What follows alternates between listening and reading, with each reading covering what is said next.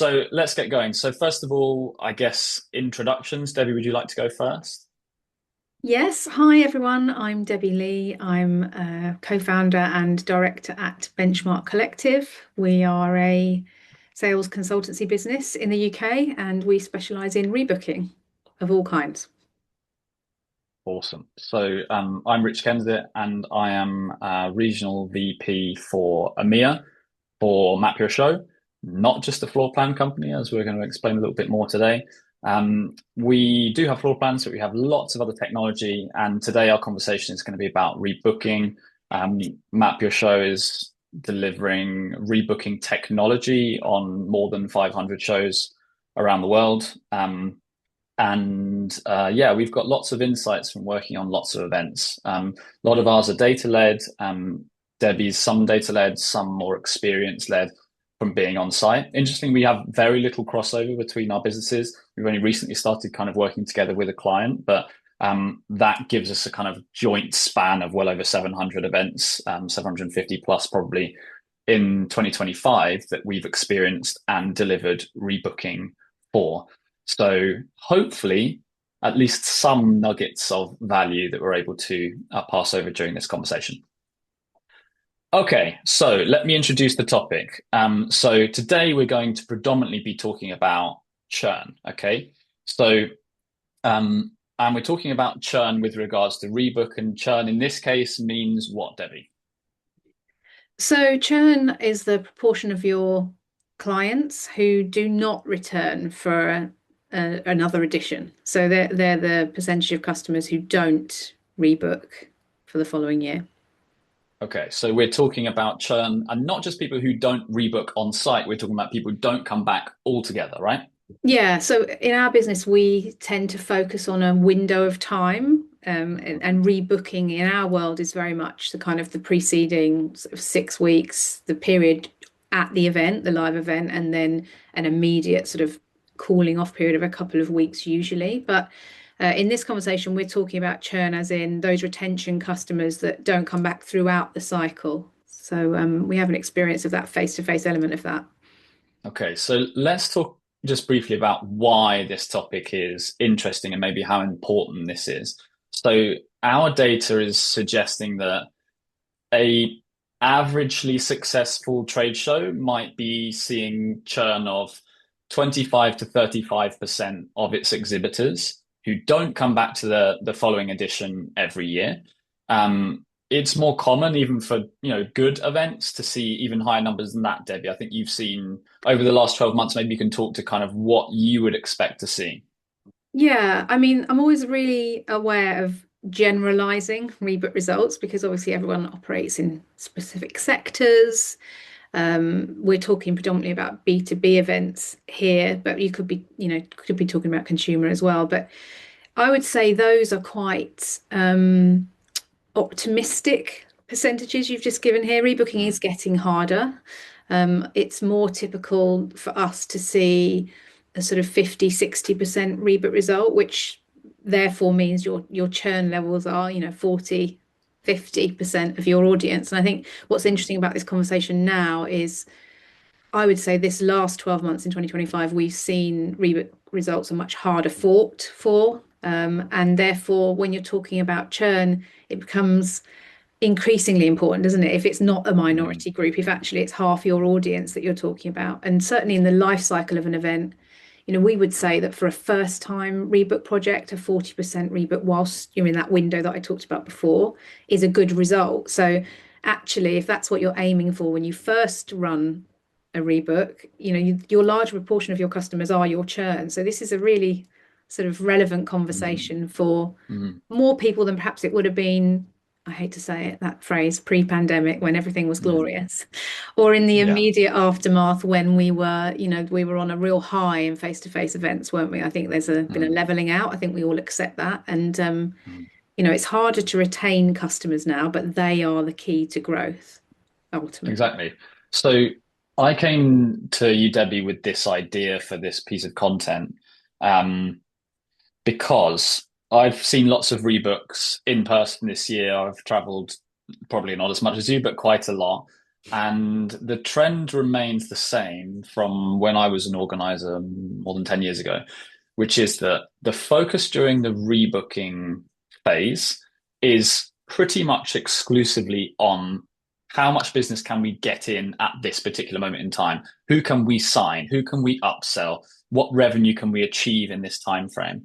And I was wondering whether a slight switch in narrative or a reframe of the idea of Rebook and starting to think more specifically and directly about those who might be at risk of churn before that maybe we could know that are at risk of churn before the event might be an interesting way for organizers to start thinking about their rebooking strategy in 2026. If we know there's 20, 30, 40, 50% of exhibitors that are not going to come back, maybe we need to start flipping the switch and think, yes, of course, we need to try and upsell all the ones that we have in the best way possible. In 3 days, it's our best chance to build revenue.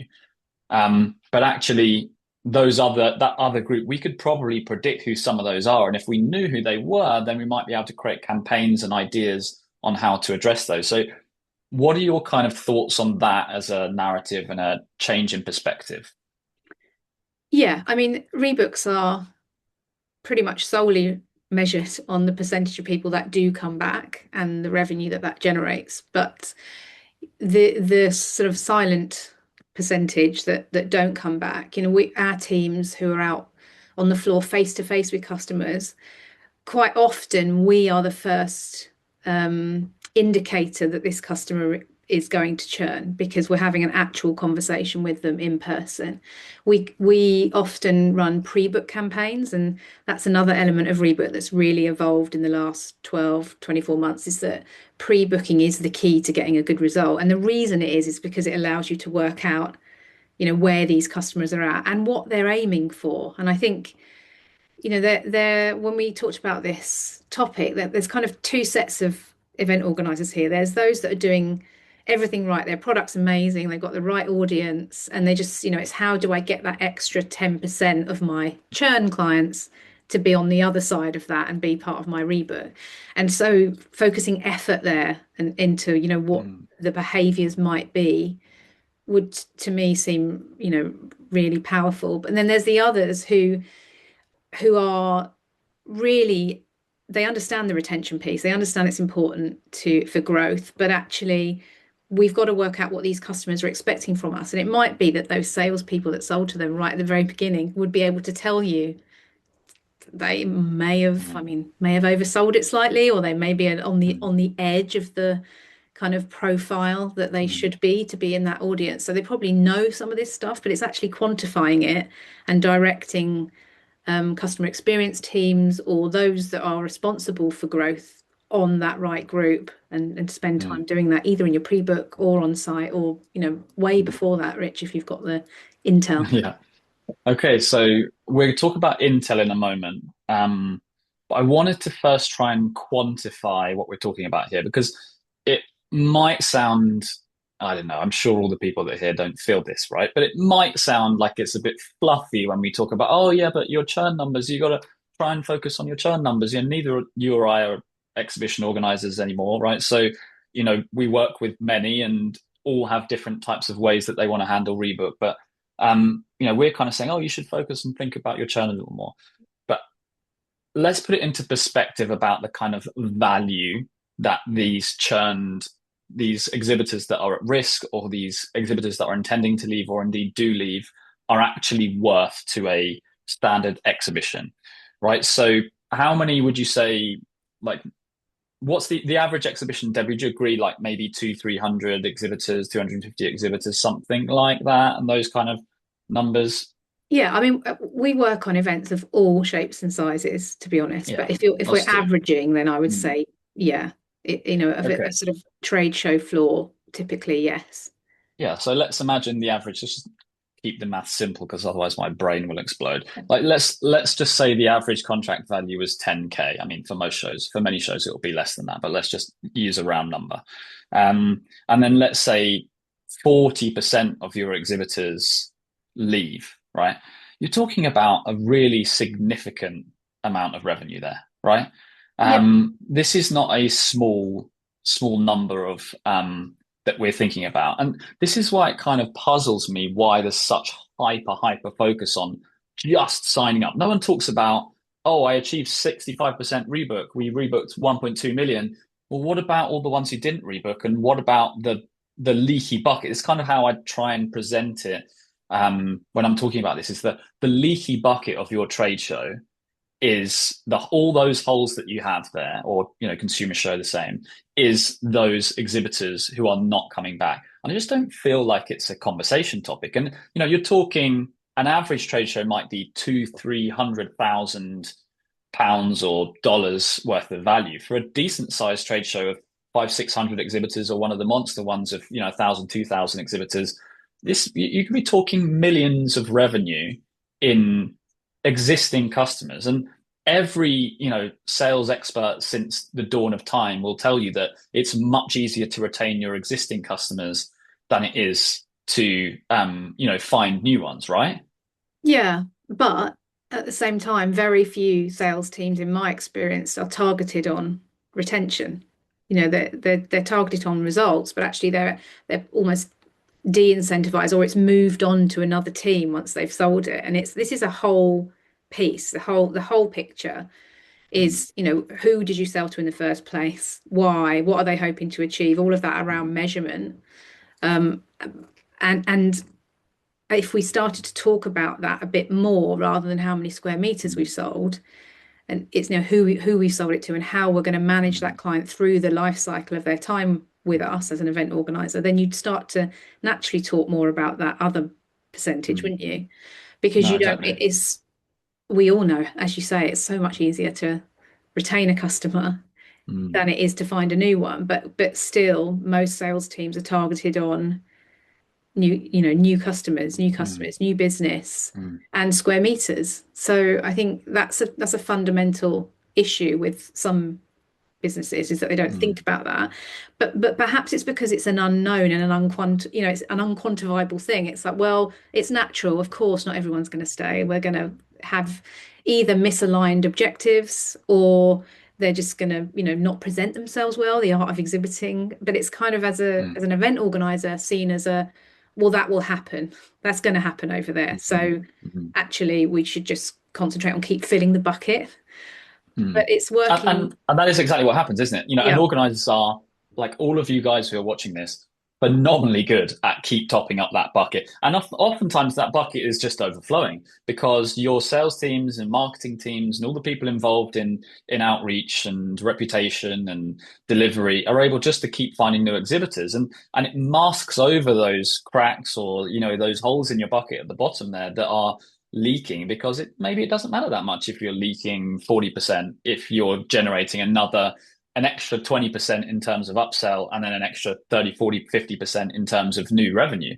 So, maybe that's part of the reason why um, this isn't an area of like distinct, serious focus within exhibition organizers. Because if I compare it to like SaaS companies, software companies, so I was an organizer for around half of my career so far, and the other half I've been on the software side. And software companies are absolutely obsessed with retention numbers and churn rates, partially because it's directly aligned with how a company is valued. Okay, so your valuation will change if you've got 30% churn versus 2 or 3% churn, but also partially because there's a lot of conversations in boardrooms and SaaS businesses around lifetime value of a client, right? We don't really talk about exhibitors in this way in the exhibition industry. Well, I do think it's an interesting perspective, is how long can you retain an exhibitor for? What is your average lifetime value? Because maybe we're not thinking about,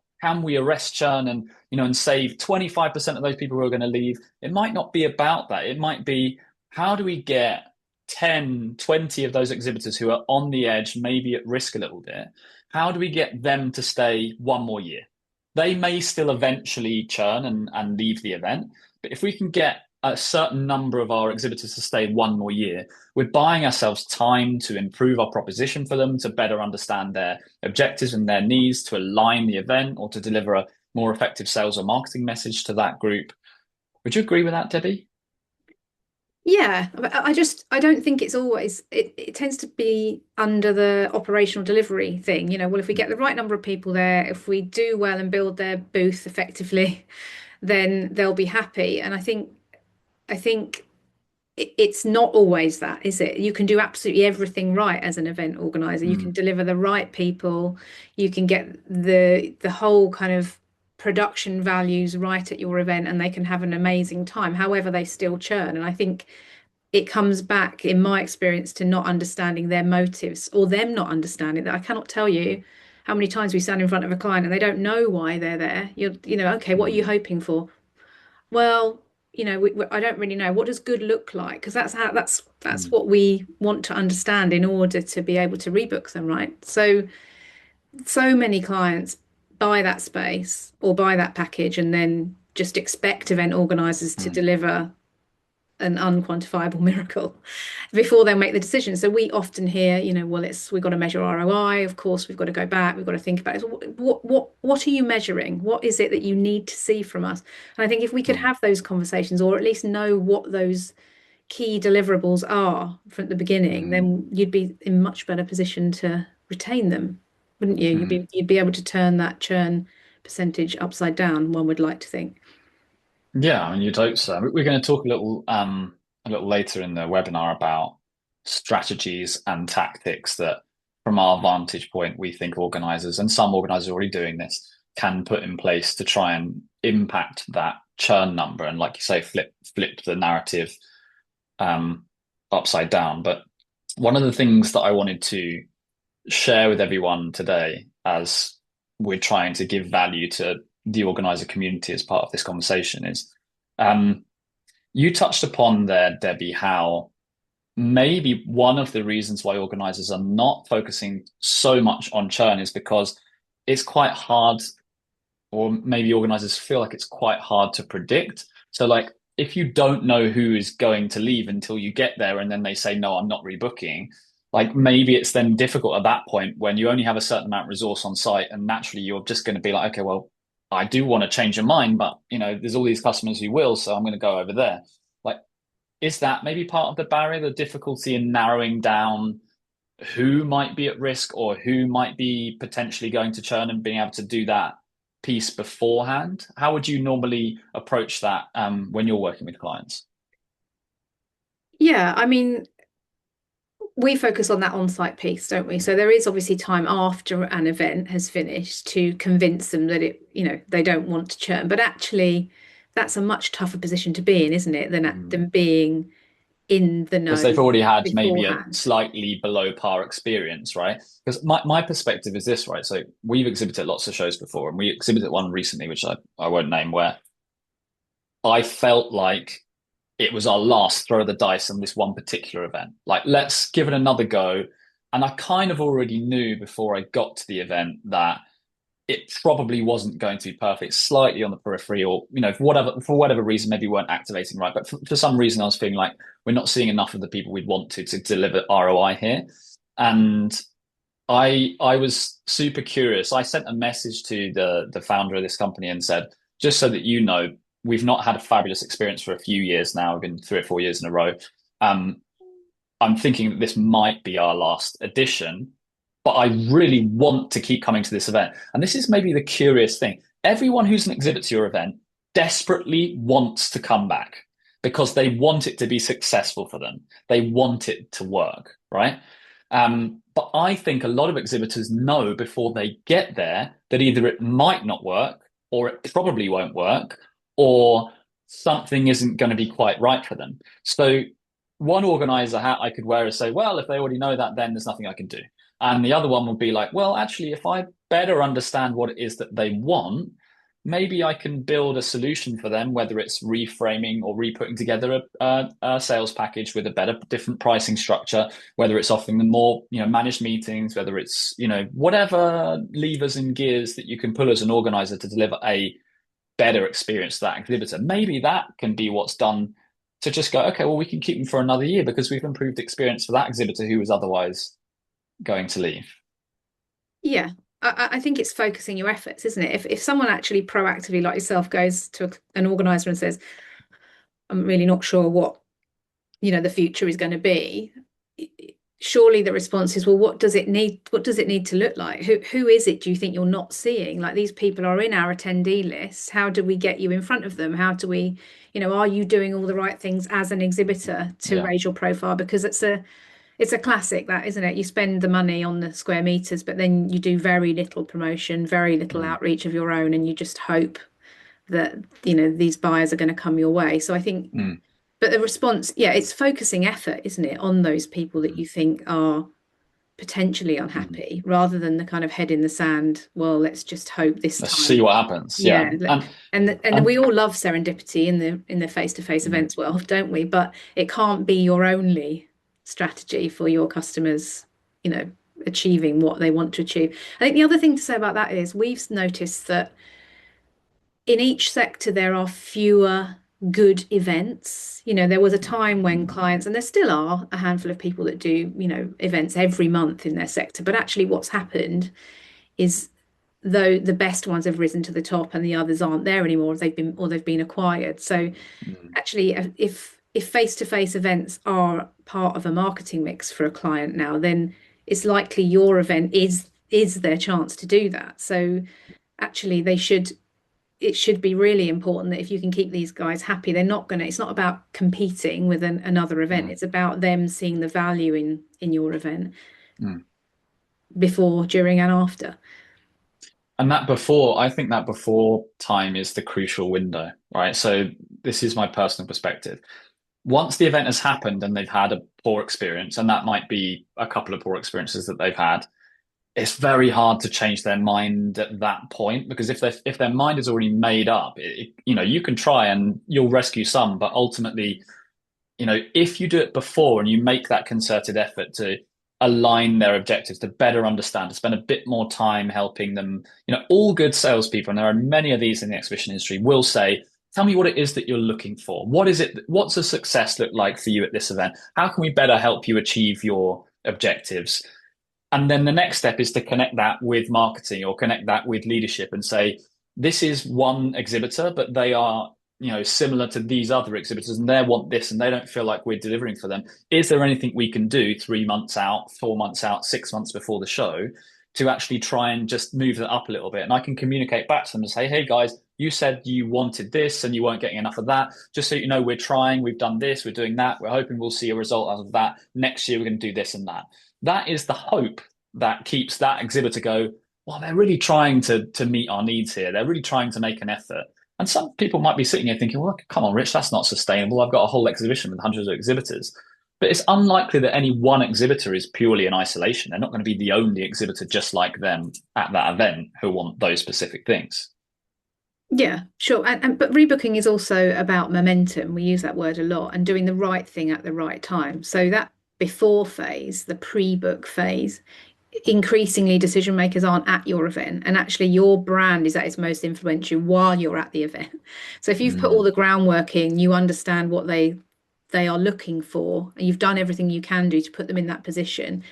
You've talked to them about the next edition, and you've created some confidence there around your next edition, which is obviously all mm, part of this rebook story that we talk about. Then you're layering that in so that once you get on site and they have some good conversations, then actually you can get that decision then or in the immediate aftermath. So if you're not doing that pre-planning, we're finding increasingly, or pre-booking in our world, mm, we're finding increasingly that your result is 15-20% less than it would have been if you had. But mm, but it's about focusing effort, because event organizers are very busy people. And we have a business because sales teams are typically selling the current edition in the last few weeks in the run up to this edition.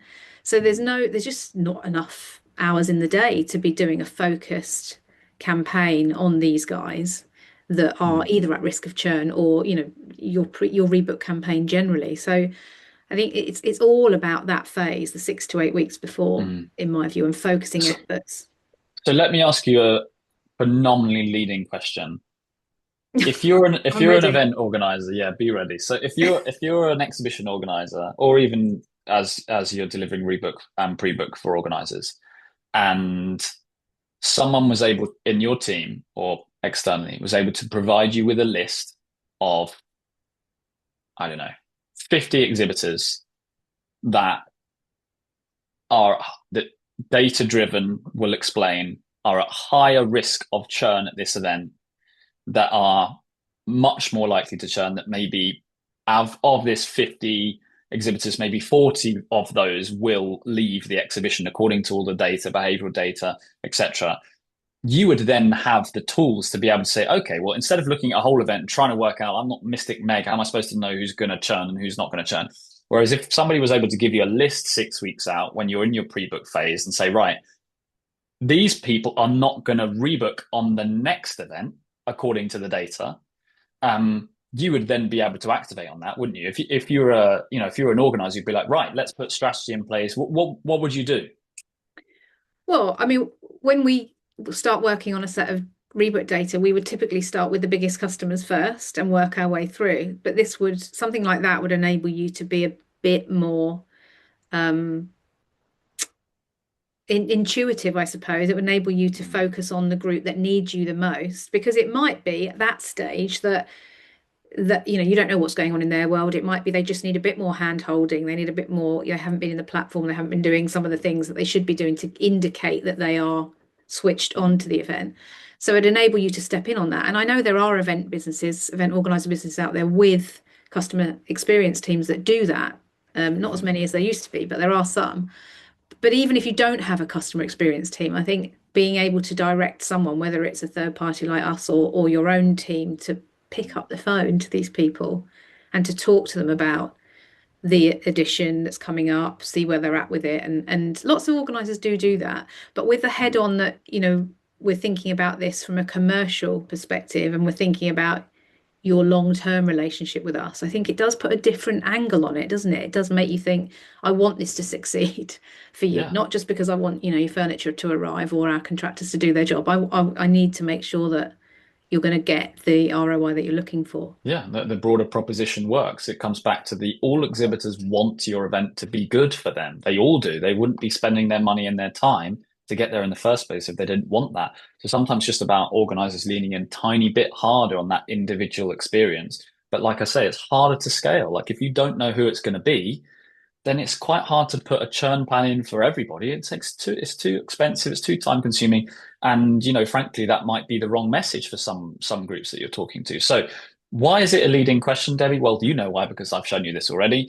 It's a leading question because we have at Map Your Show built something, okay, that offers a predictive analytics tool on exhibitor churn. It's like an exhibitor at risk tool. Now, when I saw this and I saw what percentage we were able to achieve in terms of how good the prediction score is, how many of those exhibitors we can accurately predict looking at historic data over the last decade, I could not believe it. Okay. And subsequently, I honestly didn't really feel like this was something we could just hold to ourselves, because I think it could be of such value to the industry. So what I decided to do at Event Tech Live in November is basically break apart how we built our prediction engine and share it with the audience that were there. And I thought if it's useful for them and had some nice positive feedback, then it also could be useful for those of you who are coming today. So for the next couple of minutes, I'm just going to share my screen. I'm going to talk through how we built our exhibitors at risk tool, which 6 weeks before the event will provide organizers that we're working with a list of exhibitors who are likely to churn. So we offer high, medium, and low risk exhibitors. And typically you'll have, in that high risk category, you might have a certain, maybe 20%, 15% of your exhibitors. And our data over testing it over thousands of events shows it at 70% accuracy. So 7 out of 10 of the people in that list will churn. Now, I think that's like looking in a crystal ball. And if I'm a salesperson, you can give me a list of here's the 7 out of 10 of these are going to churn. Here you go, 6 weeks before the event. Before you even get to the event, you can create strategy around that. In a moment, I'm going to ask you a load of questions, Debbie, about what strategies you would create if you had that list. And we'll talk through examples and tactics and strategies of how to do that. So allow me to share my screen for a second. I imagine I'm going to have an enormous glitch in the system and it won't work, but let's give it a go. We'll try and make this work. One moment, please. Okay, let's see. Let's see if it's going to work. Can you see my screen? Not just yet. Oh, here What it about comes. now? Yeah, coming. Yep. Okay, so let's see if I can get to the next page. Okay, we've covered what is churn and why it's important. We've covered the cost. And so let's talk about exhibitors at risk. So the first thing for you to understand is what information we are holding on exhibitors on behalf of the organizers we work with that gives us the ability to create a predictive model. Okay. And this is not crazy complex. I want to be completely clear. Nothing that I'm going to show you is beyond an organizer's capability. It might look or think like it is, but I'm going to explain to you all the things, all the data points that are included in this.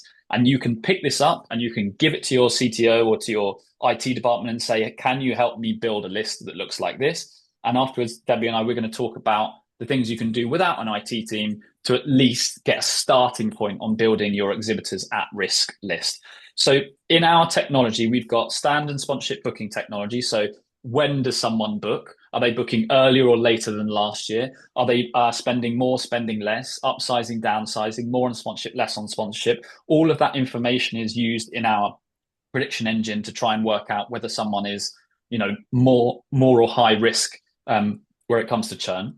Then we have exhibitor listings. So in our tool, we're able to list exhibitors and show how many people are clicking on those listings, how many leads are being generated for exhibitors. That again is an indication, because if you look at two companies with similar size stands, you can work out this one is not performing quite so well. Okay. All of this again is available within your IT department if you have listings on your site.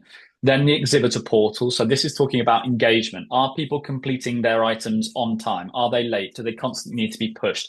Is engagement changing from one year to the next? Are they responding to emails, reading emails?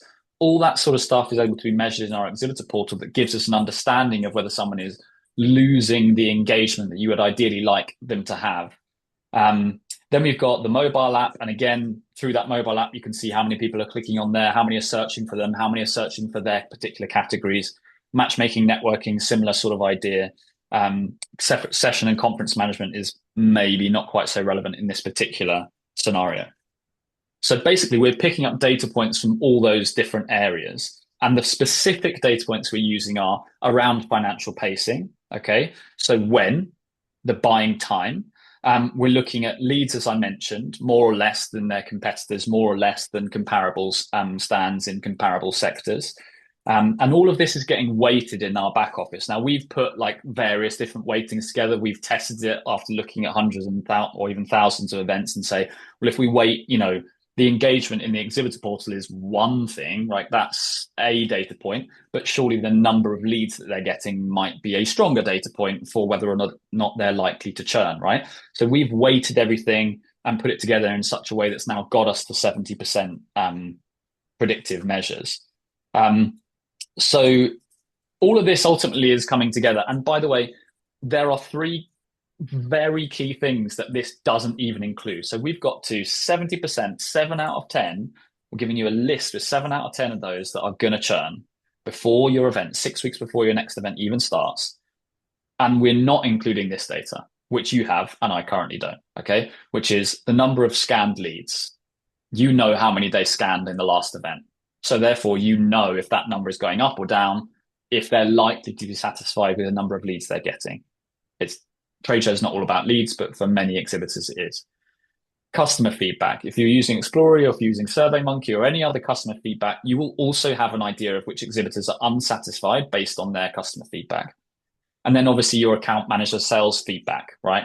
Do we have a gut feel internally in our team that this company isn't very happy? Okay. I'm not able to offer that kind of information with a data-driven approach that I have. Okay. So that is ultimately, it's pretty simple. In total, we have I think 12 data points, something like that, that we've mapped out to try and build an understanding of churn. With our machine learning, we've applied that in different ways to try and look at what we should weight higher and lower. And with that, it's not completely rudimentary, but it's not insanely complicated approach, we've got to a ridiculously high number of prediction. So that makes me think that all organizers could do this. So Debbie, that's enough rambling for me for a second. What if what would you do with that information? Let's say I'm giving you a list, you're a 200 exhibitor event, you've got 40 or 50 exhibitors that are at high risk.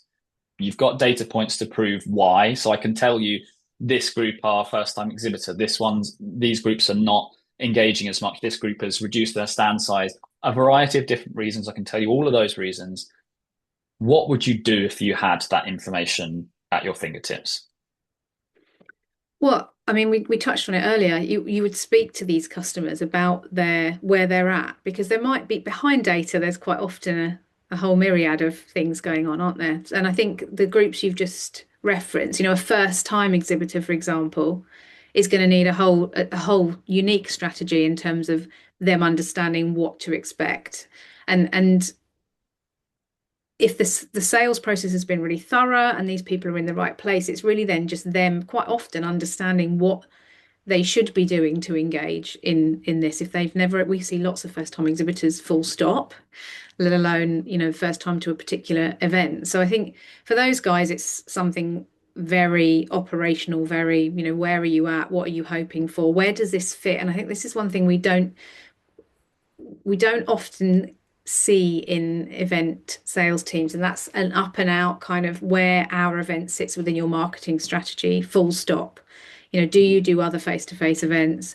What do you achieve there? How are you going to compare this? Being brave enough to talk about other events that they are at, but also, what are they targeting? Who are they targeting? Are they in our client base even to bring as attendees along to the edition? So I think it's just getting really like delving deep with those customers about what this data has shown us. It'd be interesting, wouldn't it, to think about, are you going to get on the phone and go, oh, you notice you're at risk? No, obviously you're not going to do that, are you?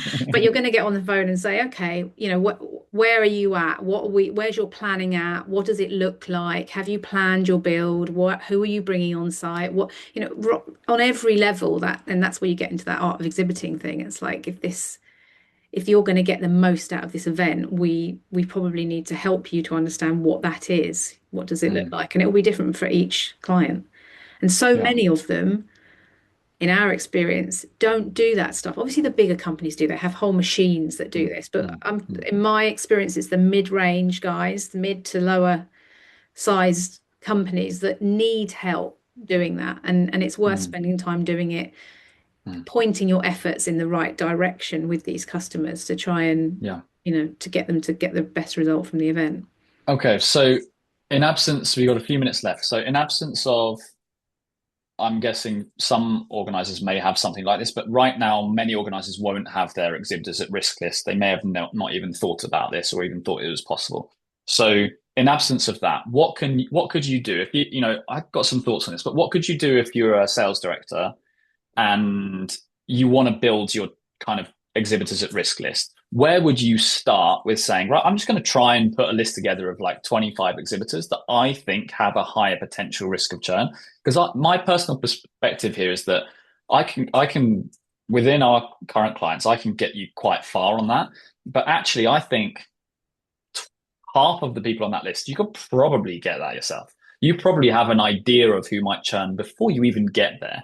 First time exhibitors are make up around, what would you say, 30-40% of churn, maybe a bit less on some shows. Well, I don't know. I mean, they take longer for sure. Like, so in Mm, our rebook window on site, it's notoriously difficult to get a first time exhibitor to rebook whilst you're there. mm, Because they just take longer to evaluate typically, and they tend to yes. be, quite, particularly if you're in tech space, things like that. There's such a lot of They want to see what their change. pipeline impacts, right? So, Exactly. yeah. Um, but yeah, what would I do if I didn't have the joys of your dashboard? I think I would. Well, I would start at the beginning and make sure that my sales team are really, embedded in who they've Mm, got on their list and where they're at with it. And you join that up with it's the pieces. A lot of event organizers have this nailed. They do communicate really well in their kind of partnership web, if you like, the from mm, sales to marketing to ops to try and understand where this customer's at. And if you've got a customer experience team, all the better. They should know, shouldn't they, where these customers are Mm, at. But mm, it's trying to join up, as I said at the beginning of this, really, a lot of sales guys and girls will know from the beginning if someone is really invested in this and this is the right mm, event for them, or whether it's been one of those sales where it's kind of like, oh, well, I was actually quite surprised they signed up as well. And this other business mm. over here we've had that was of a similar kind of business really struggle because of XYZ. So we take the square meters off them and we just hope that Mm, they have a better time. I think you could flag that quite easily, couldn't you, with tight mm, communications mm, amongst your various mm, customer contacts within your mm. business if you Yeah. didn't have data to do that with. Yeah, and like I think if it was me, I'd boil it down in a couple of like quite simple steps. Right, I'd be number one, just try and create a exhibitors at risk list. Just try before your next event, before it even happens. Try and create a list. Like, and it's not going to be that accurate. It might be fairly accurate. You don't know until you try. Try and create that exhibitor at risk list. Next thing, try and meet with all those exhibitors. Obviously, if you can do it face to face, great. Unlikely if you've got an international spread. Um, Try and speak with them and say, hey, just checking in. Like, how has the event been for you over the last few years? Like, what are your expectations? Like, what are you hoping for? Just try and build like more of a relationship than some organizers have with their exhibitors. So it's a little bit difficult for them, more difficult for them to go, do you know what? They're not really invested in me. I'm just a number on this particular trade show, right? So that's kind of relationship building, objective setting. And then if you feel like in that conversation, someone's going to have the same conversation I had with an organizer a couple of months ago, we said, you know what? It's not really been working for us. And I think that this might be our last one. That's going to surface in that conversation. There's no way if they're thinking that, they're not going to say that. They will say that.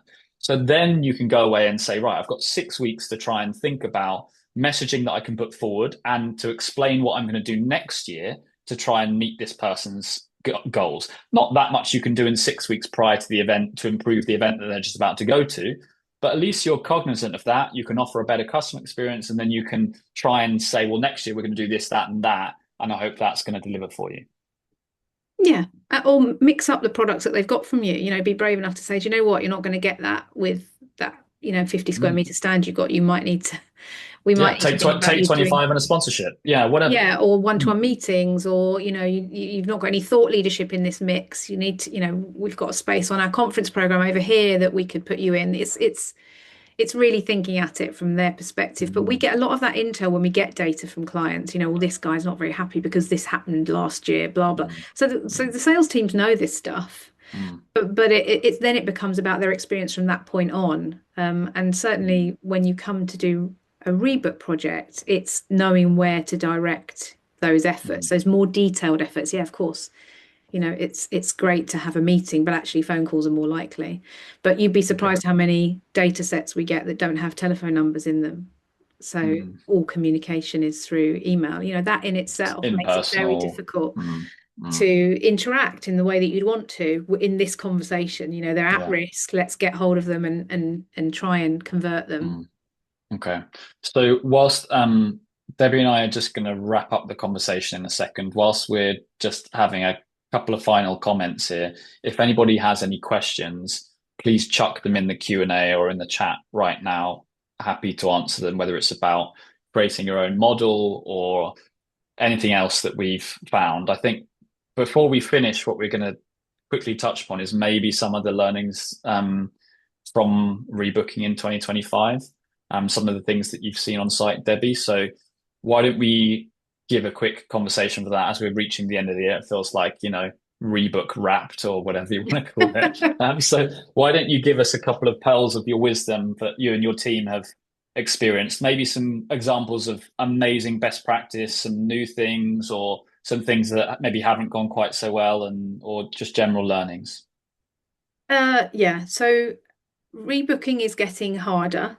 So investing time in it, whether it's your own time or outsourcing it to do a really focused pre-book is important. It's more important than ever. And we've noticed that events that do pre-book effectively and they get on the phone to their customers are looking at a 15 to 20% lift in their rebook result as a result. I think that's our biggest shift this year. That really we've seen it as clear as anything that's a fundamental shift in where you get to, and it's we're also seeing, as I mentioned earlier, that there are fewer events out there. We all know that there are fewer events out there in each sector. So it's putting your event, if you can position yourselves in terms of your delivery of your customer service well, then those customers will stay with you because there just aren't the options that there used to be for face-to-face events in your sector in a lot of areas we found. So I think it's they're the two main learns this year from Mm, rebooking. It's pre-book all the way and mm, communicate effectively with them once you've sold to them. Make sure that we're kind of thinking about measurement when we sell to people. Think about helping your customers to understand why they're coming your mm. way, and then rebook becomes kind of a given, really. Mm. I'm surprised you didn't say how much of a difference really high quality technology would make if you're doing I rebooking, mean, I could Debbie. say that for you, Rich, if you'd like me to say that. But the truth is, as you know, I've been on a personal mission for years to find a really good rebooking technology, and I only got to use yours a couple of weeks ago. So, I was very impressed, as you well know, which is why I'm here. Jolly good. Well, thank you very much. Well, I can't see any questions. I'll give it 10 more seconds in case someone wants to pump one into the Q&A. But otherwise, there have been lots of you here. Thank you so much for listening.